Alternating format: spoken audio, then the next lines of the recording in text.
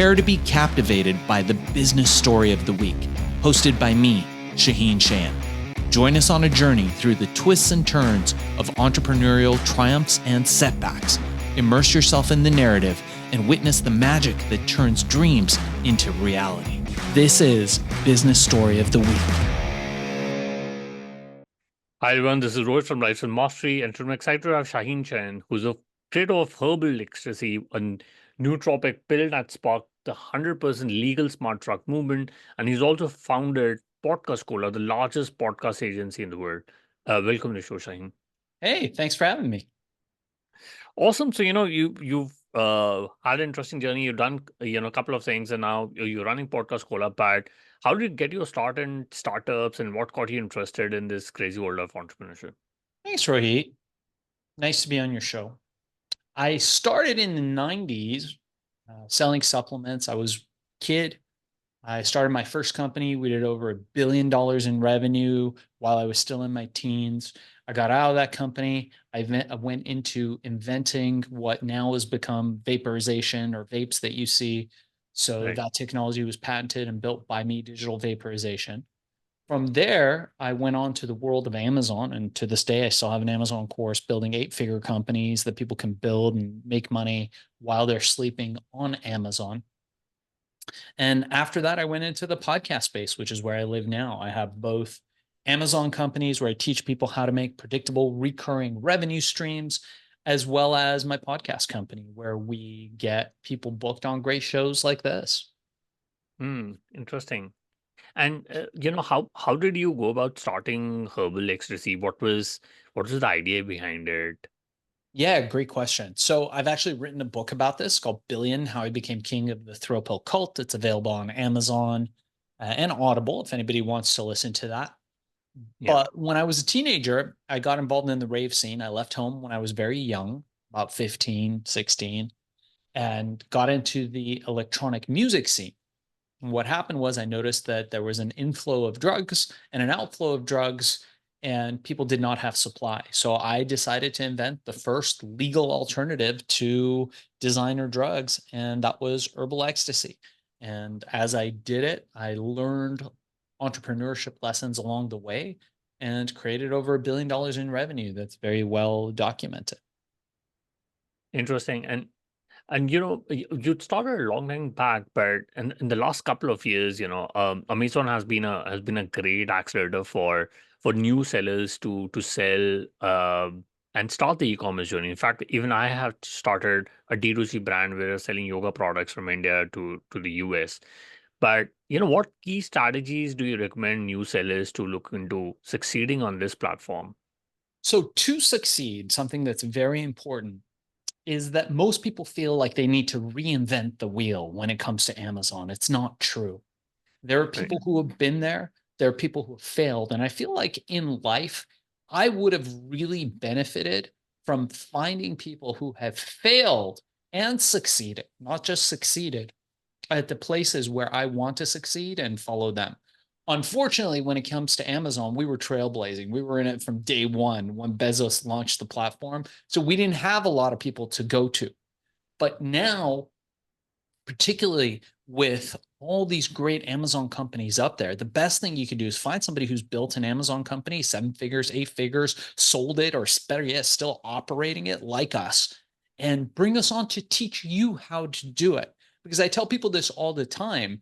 One of the things that's most important when you're building your financial security in life is having a source of revenue that is truly passive. And passive means that's your investments where you invest in the market. It's something that you don't really touch. And then having semi-passive investments. And one of the best, highest potential semi-passive investments out there is e-commerce. And there's no better e-commerce platform to get involved in right now than Amazon.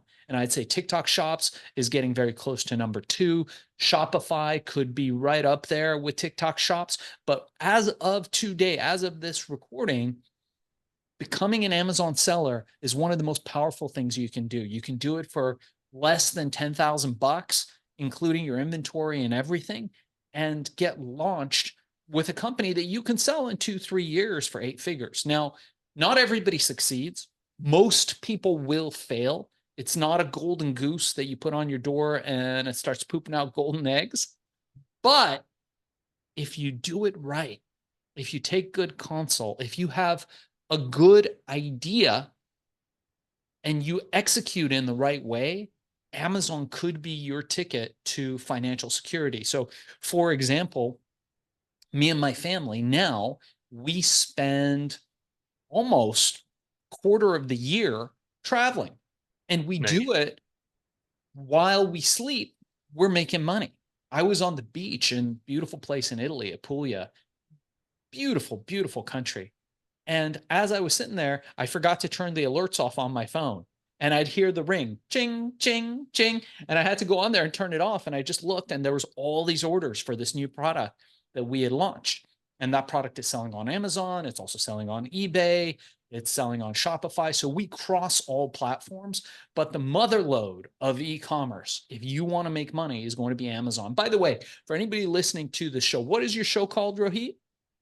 Yeah, it's called Life Self Mastery. Life Self Mastery. Okay. Yeah. So if you use the code Life Self Mastery and you send me a direct email, it's going to be darkzess@gmail.com. That is my direct email. I do respond to emails directly. So if you want to get a hold of me, get me through there. I'll give you the course for free. My goal now is to empower 1,000 people in the next year to open up Amazon stores. And I figured the way I'm going to do that is by giving away the course for free. So if anybody's interested, reach out to me. I'm going to give you the 1 hour course, everything you need to know to go from A to Z to Amazon for free. Awesome. No, thank you for sharing that. I've seen a lot of course creators are charging, anywhere from five to $10,000 for this information and this knowledge. Um, and you made an interesting point about TikTok and Shopify. Do you think in 2024 can you only build your brand on Amazon, or do you need other distribution channels like TikTok as well as Shopify to do really well? So let me ask it to you this way. Do you only need one wife? Okay, I'm kidding. I'm kidding. That was a funny joke. Your wife probably won't find that funny. Okay, look. Maybe it's not so true for wives, but when it comes to Amazon, I will tell you this. You could ride solo on Amazon, but diversify, diversify, diversify. It's a funny thing. There was a period of time where we were building these companies, and the aggregators were big venture backed, private capital backed companies coming Yeah. and buying as many Amazon companies as they could, trying to roll them up and sell them to Unilever or Kraft or whatever these mega Fortune 50 companies are, Fortune 500 companies are. What we learned from that is that those companies did not want diversity. They just wanted Amazon companies. That model didn't work. What we learned is that to have a healthy business, to have a successful business, you need to have diversity. So I tell people all the time, and we didn't fall into that trap, thankfully. What we did was we were always diversified. So our company, our products, everything that we did is completely diversified across marketplaces. Now, here's the interesting thing. Once you build it out on Amazon, you can take that and cookie cutter it into Shopify, because Shopify isn't that much different. And you could cookie cutter that into TikTok stores, because TikTok is a little different. So you have to abbreviate things because it's a shorter attention span and more influencer based. But the primary concepts of selling, what we teach in our Oxygen Seller Amazon Mastery course, is all the same across the board. So once you learn how to do it on one platform, you can absolutely do it cross platform. So I'd Yeah. Yeah. recommend, yeah. Interesting. And do you think generative AI will change how e-commerce works? Um, Yeah, totally. So if you're not using AI in your e-commerce business right now, you're probably not doing great.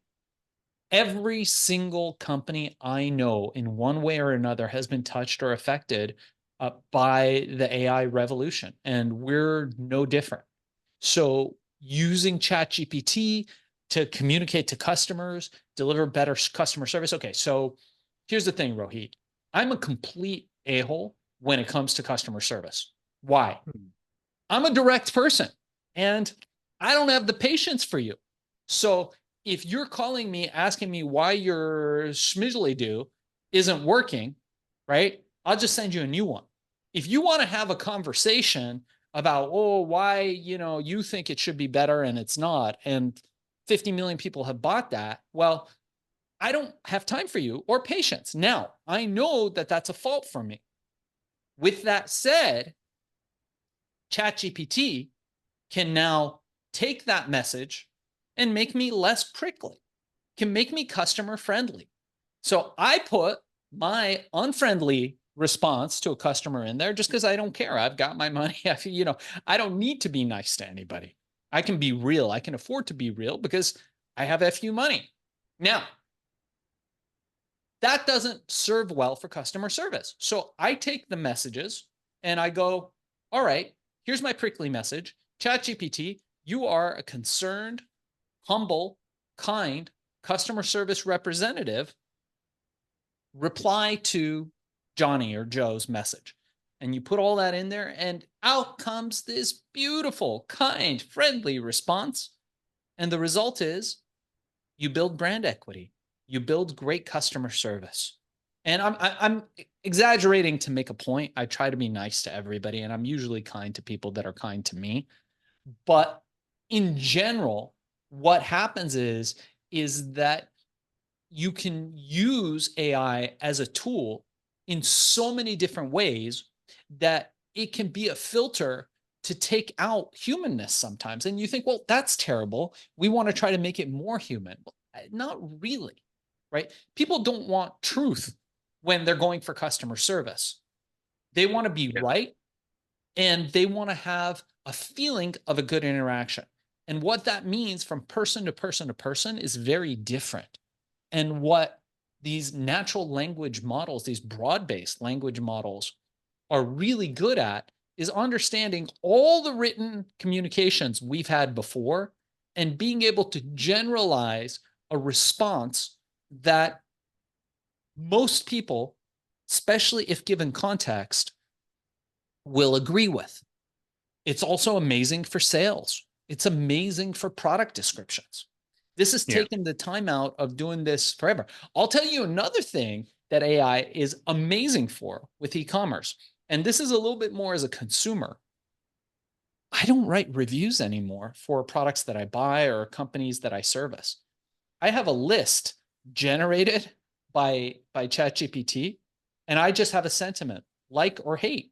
There's really only two things. I'm not a mid-level person, as you can imagine, Rohit. So I'm never going to be like, eh. I'm always going to be love or hate.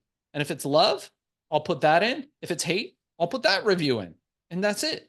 I try not to Yeah. put too much hate out because even if a company does bad, I try not to leave them bad reviews because being in the business, I understand things go wrong, people go wrong unless somebody is really being malicious or a business is genuinely in need of the review. I don't usually leave it. I try to spread positivity, Mm. which I think is about the best part of being human is that we have the ability to do that, right? If we left it up to the machines, they would just take the metrics and do it based on that. So Yeah. I think that's probably at the moment what would separate us from the robots. Yeah, yeah, no, absolutely right. For the moment, that's what separates us. But how do you balance, running your business along with your coaching business? How do you approach mentorship and supporting other Amazon sellers in your journey? Yeah, delegation is a big part of it. Yeah. Automation is another part of it. Like if you have a business and you don't have SOPs set up, if you don't know what SOPs are, they're standard operating procedures. If you're not using Loom to create videos, we've got different levels of people that I can delegate to. Okay. Mm.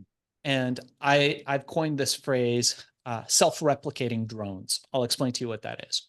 So you hire somebody to work for you, they're a drone. It's like Star Wars or whatever, right? Yeah. And that drone has a certain capacity. They can do certain tasks, but no more. Now, if you've developed your procedures in a way where that drone can produce another drone on its own without input from you, that's the most valuable kind of drone. It's a self-replicating drone. So you can say, okay, now we've got 1,000 orders a month. This John is handling it, but we've increased to 10,000 orders a month. So John, I need you to duplicate yourself. You're doing a great job. Find me 5 more of you. And John can go out there and bring 5 more, bring 10 more, exactly like him, train them on the same SOPs and manage them. That's what I call a self-replicating drone. And doing that, being able to delegate and create systems, SOPs, be able to create Loom videos and have everything in a very organized manner where it's all automated is the key. So at the end of the day, management of it comes down to automation and delegation. Hmm. Interesting. And you know, you've been very successful in building Amazon businesses. But you know, I'm very passionate about podcasting. I've been doing it for quite some time now. But what inspired you to start Podcast Cola, and what are the, you know, unique needs that you're trying to address there? So the question is, what are the unique needs of my company? Yeah. So you know, what led you to start Podcast Cola, and what are you trying to achieve in that? Oh, with Podcast Cola. So Podcast Cola is interesting because I started doing podcasts like this a while ago, Rohit. And Hmm. I noticed that from all the advertising and marketing that we do, there's nothing more impactful or effective than being person to person, face to face with Yeah. someone like you, and long form, being able to tell a story. I tell people this all the time. You sell most through story. Story is the most impactful, most effective way to sell anything. And the best way to tell story is through podcasts. So I Yeah. started doing it. I started being on podcasts. I did hundreds of them. I tried to figure out what the move was. I hired agencies. They were all terrible. And so I decided to start my own, really just representing one client, me. And what happened was I started having so much success being on these shows that people were like, man, you're blowing up. We see you everywhere. We see you. I just saw you on Dave Asprey's podcast. I just saw you on Matthew Cox podcast. I just saw you on Brad Lee podcast. You're killing it. Can you do that for me? And I was like, well, I wasn't really thinking about it, but sure. And so we started representing people one by one, and we've grown to being the largest podcast booking agency in the country. By the way, it's Podcast Cola. Anybody that's interested, we do a free 15-minute podcast strategy session. So go to podcastcola.com and book that. But if you have a product or a service, the best way to promote it is by telling your story. And the best way to tell your story is by being on podcasts. Most people have the problem of, but how do I get on podcasts? And that's where we solve that problem. We've got a network of podcasts that we can get you booked on. We build out a beautiful pitch. We've got a team now where I think close to 40, 50 people strong, expert publicists that go in like ninjas and pull out that nugget of gold in your story, and they sell it to the shows. The shows will go out there and feature you and tell your story. And that is really the best way to sell a product or a service. I've got a little allergies today, so I'm taking Yeah. a little nasal inhaler. No worries. Good. And how do you select, you know, which podcast to work with, and you know, what's the criteria to ensure that you have the, you know, right quality of podcast for your guests? Um,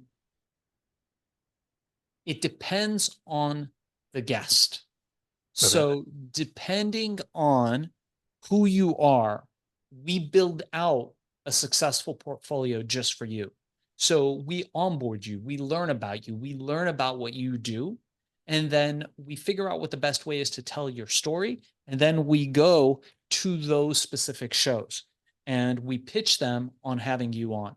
We also leverage relationships that we have. So we're like, hey, Rohit wants to be on business and entrepreneurship shows.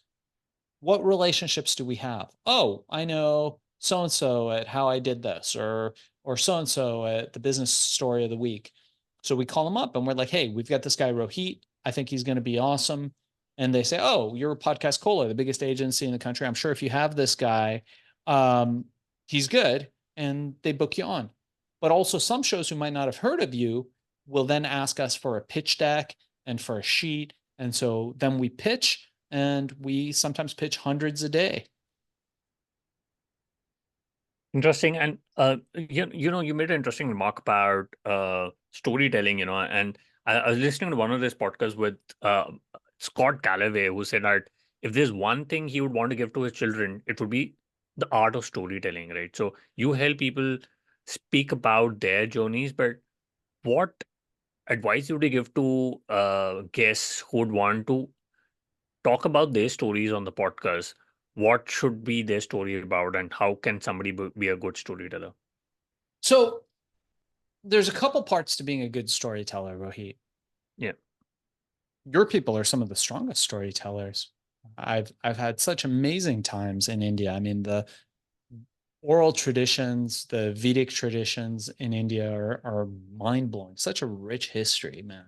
Especially in Delhi. Delhi, we were just talking about that as mind blowing. So I feel Yeah. like people in Asia and Africa really understand storytelling well, even South and Central America. So the first part, I think, of storytelling is it has to be authentic. So you got to talk about what you know. Mm. So I think if you were going to talk about European ballet, you probably wouldn't be able to tell a very good story. But if Yeah. you were going to talk about venture capital and entrepreneurship podcasting, you probably would be pretty good. You probably have a lot of stories. If you were talking about surviving Delhi nights, you probably would have some pretty crazy stories about what happens there, which is mind blowing to me. That is just, again, to go on a tangent, is one of the most mind blowing countries, India, I've ever been to. And Delhi is a mind blowing city. Like when you land in Delhi, we can start with a story. I thought it was amazing because I took a taxi, and the taxis are like from the 1950s, still today. Right? Some of them don't have air conditioning, some of them do. And you get in, and the guy is sweaty, he's hot. You pay the guy, it's a whole ordeal. You got to negotiate it. And then he takes you out into the city. And I saw no less than two dead bodies on the street that God knows what happened to them, were hit by cars on the way to my hotel. And it's just the normal way of life. They don't fear death and they don't fear all these things that we fear. And it's a city that's run in a very extraordinary way. Now, if you notice what I just did, I didn't really have a beginning, middle, and an end or a point to my story, but it was something I drew from actual experience. I actually was in Delhi. I actually did see two bodies. My first out of the airport into my hotel, the Oberoi.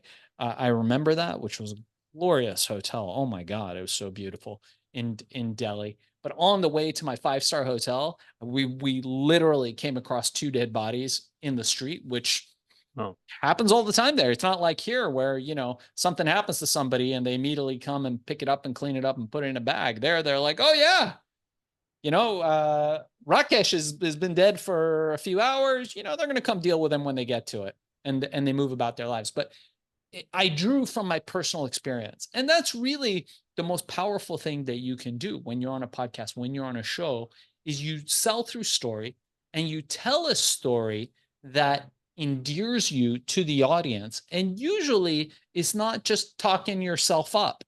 Usually it's telling a story that makes you feel human and Mm. likable. And again, I teach this in my Amazon course. Anybody that's interested in how this translates to e-commerce, send me an email at darkzess@gmail.com. That's darkzess@gmail.com. Use the show's name in the title heading, in the subject heading, and I will give you the course for free. Awesome. Yeah, no, absolutely. I love your storytelling framework. Maybe I should take a workshop from you. But when it comes to, podcasts, uh, if you look at platforms like Apple and Spotify, they are great engagement platforms, but it's very difficult for you to grow your audience on these platforms. I mean, somebody like Guy Kawasaki was also complaining that he also struggles to grow his audience over there. What advice would you give to podcasters who would want to grow their audience on these platforms, or should they look at YouTube or paid acquisition to grow their audience? Yeah. Yeah. Look, I think there's a lot of different avenues. We just launched Viral Mirage, which is a whole program where we do it for you.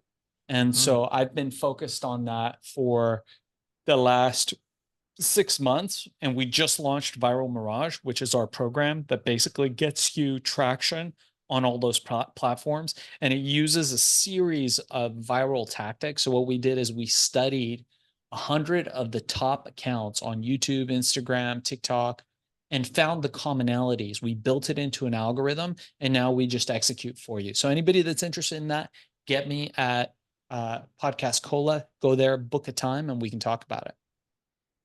But any free advice for people who would want to, just attract more audience through these platforms or through these channels, because getting audience is so difficult now.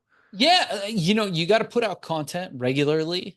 I recommend having as many lives as possible. Live is ranking very well now, but you got to do content. And to produce content, there's two ways. You could do it yourself, or you could have somebody else interview you. And nothing is stronger than social proof. So again, I think it comes back to being featured on podcasts. If you can get on podcasts and have somebody feature you, that's going to be one of the strongest ways, I have to say. Correct, interesting. And how do you measure? How does your agency measure the success of the campaigns? And what metrics are the most valuable for the guests to show that and the podcast have been successful for them? Yeah, so every client is different. Yeah. So it just really depends on who it is. Somebody might want to get more speaking gigs. Somebody might want to Mm. get more sales of a product or service. Somebody might have a philanthropic nonprofit that they want to promote.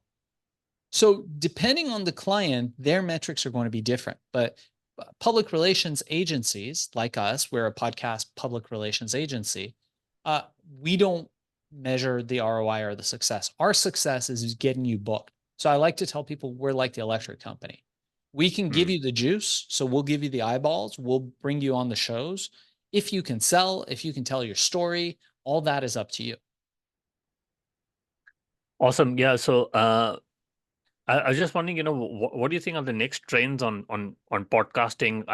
I've seen you've talked about live streaming platforms like Blab and all, which are no longer there. But where do you see podcasting go from here now? Live streaming on YouTube, I was talking about.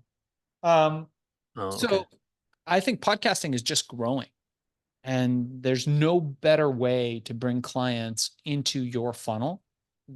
than being a guest on other people's podcasts. And we've seen this blow up with people like Joe Rogan and Pat David. Brad Lee is another one that people should look to. I think he's doing amazing stuff right now. And we're going to see more and more people start guesting on podcasts and start having their own podcasts. And with the advent of AI, that Yeah. makes creating content so much easier because now it can be scripted easier, things can be researched easier, things can be edited easier. So we are about to see a huge flood of content come into the world. It's just catching up. Plus, there's going to be fake avatars and deep fakes of people. Plus, we're also going to see people having other people on their show that may not be people. Listen, oh, that was crazy. um, and and what do you think works well? Is it interview based podcast or solo or Interview based episodes is always better. Yeah. is Because, better? yeah, solo podcasts, some people can pull it off. I do listen to some of them, like history podcasts and stuff. Mm. But even those, it's really the equivalent of talking head. You don't want to be talking head. You want to really be engaged. And people are so interesting that, and there's so many interesting people that really the best way to do it is to do these interview podcasts. Hmm.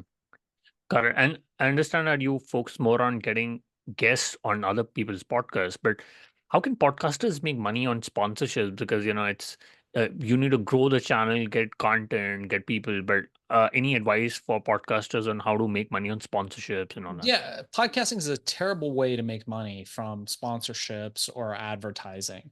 It's almost like selling books, right? You can get $1 a book. You got to sell 1 million books. Do you know how many books sell 1 million copies, Rohit? Yeah, Very few. very So few. it's a hard way to make money. I wouldn't recommend it. I would recommend using the podcast top of funnel to bring Hmm. people in, to build authority, and to get in front of the right people to buy your service or product. but I wouldn't recommend it as a way of like, man, I'm going to become Mr. Beast and I'm going to get money. Even top YouTube, people that do that stuff, they make relatively little money compared to other things that they do. Hmm. Got it. And Shaahin, I quickly want to do the top three. What's your favorite business book? My favorite business book, well, it's mine, Billion: How I Became King of the Thrill Pill Cult, available on Amazon and Audible. But outside of mine, I guess right now, I'm looking at my shelf.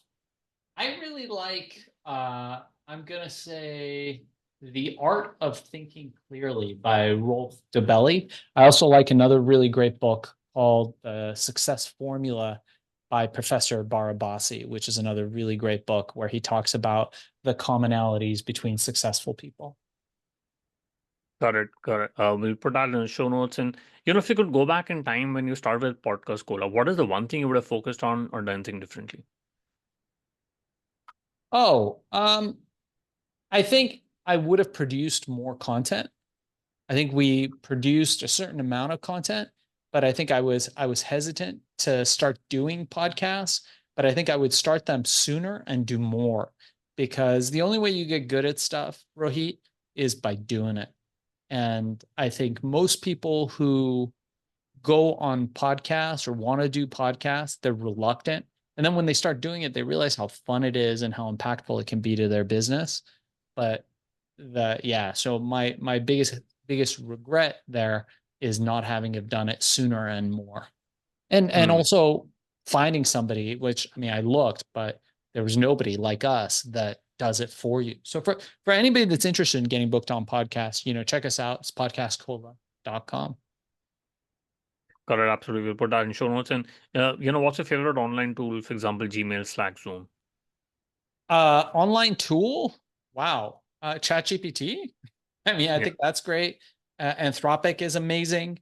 I really find it hard I think once that box was opened, I don't think we can ever put that genie back in the jar, like it's so incredible using the AI tools that I don't think you could replace it. And for fun, I love the music ones where you can put just the genre and like a few things and it makes a song. I think those are incredible.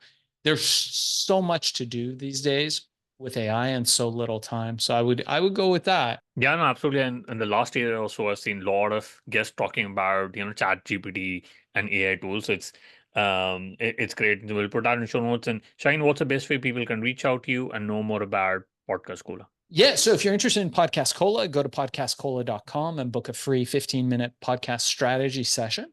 If you're Sure. interested in getting in touch with me or the Amazon course, I give it to you for free.